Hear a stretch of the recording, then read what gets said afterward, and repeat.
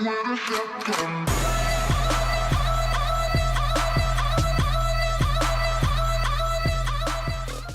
everybody, what is going on? My name is Physiics. For those of you guys watching my video on my channel for the very first time, I post mainly GTA 5 stuff. I know you guys who are regulars on my channel are probably wondering what this is. Madden 15.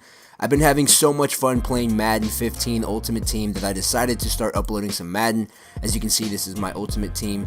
Now, for those of you guys who like my GTA 5 stuff, which I know it's the majority of you, don't worry, I'm obviously going to keep uploading GTA 5, but I kind of wanted to upload some Madden 15 just because I've been playing Madden 15 so much, and I figured why not just start uploading something that I'm really having a lot of fun playing, something that's consuming a lot of my time, and I'm just having a blast playing this. So this is basically my Ultimate Team that I have. I'm really excited to play this, to really show you guys what I'm doing. Now this is, I think, about like a week old. My team has slightly changed a little bit, right tackle mainly. I used to play a lot of Madden back in the day. I basically played a lot of when it was in 2004, 2003. I used to play a lot, and I stopped playing in 2012, Madden 2012. I stopped playing it. So I decided to jump back in, and I fell in love with Madden all over again, and I'm just having so much fun. I was thinking about doing seasons and doing that online. I didn't want to start all over again because I actually didn't purchase really any coins. I don't know if it works the same way it does with FIFA, considering that it's EA, where you buy coins from a website and then you sell the card and they give you like hundreds of thousands of coins. I didn't do any of that. All of my players that I have, they're all players that I've gotten through either an auction from playing a lot of the single solo player options. They're all basically from auctioning from those type of coins, or players that I've received in packs. So all these players here are pretty much players that I've worked really hard to get. So that's kind of the reason why I'm not too sure if I should start all over again. My individual seasons is, I believe I'm like 12-4, and I'm on season 2.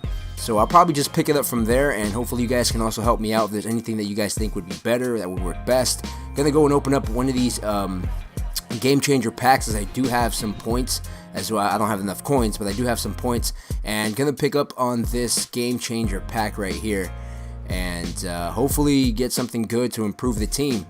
Now the Thanksgiving stuff is still going on, so I'm pretty much trying to pull as many turkeys as I can. That's the main thing, and hopefully scoop in a player. I've decided not to go with any of the other packs for the Thanksgiving other than, I believe it's the Feast one. That's pretty good because you do get 2 gold players for Thanksgiving, as well as about like, I think it's like 10 or 15 quick sell items, which is really useful. Most of them are just money, so that's pretty good as well. They're all coins. Most of the players that I get in packs, I end up sending them out to auction just because there's no point for me in keeping them. They're not going to be in my daily usage. Got a lot of turkeys on this pack. The cranberry sauce stuff, I really am not using those at all, unless if I somehow manage to pull them out in packs. But I'm not going to go out and purposely buy a bunch of them in the auctions and stuff. So any player that I get that basically isn't probably like an 80 or something, that's probably what my minimum stuff is. Like I'm getting this Ramon Foster, so there's no point in keeping them. I usually just auction them out and get some sort of value back for it. The way I do my auctions is basically I don't even really look at what's being sold around the league. I pretty much just go based off of how much I would get off of a quick sell, and I'll go maybe 100 or 200 more on the starting price, and then I'll make the buy it now price probably a couple grand over that, just in case somebody wants to go really high and outbid and just straight outright buy it. Then I'll just let them spend that extra money, which most of the time they don't, but sometimes I do. I'm really focusing a lot on filling up my coaching set, as well as the playbook set and the stadium set. I find those to be a lot easier to fill out. Probably most of you guys who do a lot of Madden are probably rolling your eyes, but I'm still somewhat learning the ins and the outs of Madden. I'm okay. I'm pretty good at playing it. I'm 12-4, I believe I am in the regular seasons, like I said. So I'm pretty good. I'm still learning like the nicks and knacks of the trade. But overall, considering that I've used to play Madden a lot, it was kind of second nature as soon as I jumped in. LeRon McClain, that was actually a pretty good pickup for me at that point, I believe. I'm not too sure, but I ended up releasing him anyways, or sending him out to the auction anyways, just because I like it to be an immediate upgrade rather than just a temporary, so I just end up getting rid of them. That was pretty much the pack right there that I got. I thought it was pretty decent. I believe there's about a couple more items left. Like I said, unless if they're a high level player, there's no point for me in keeping them.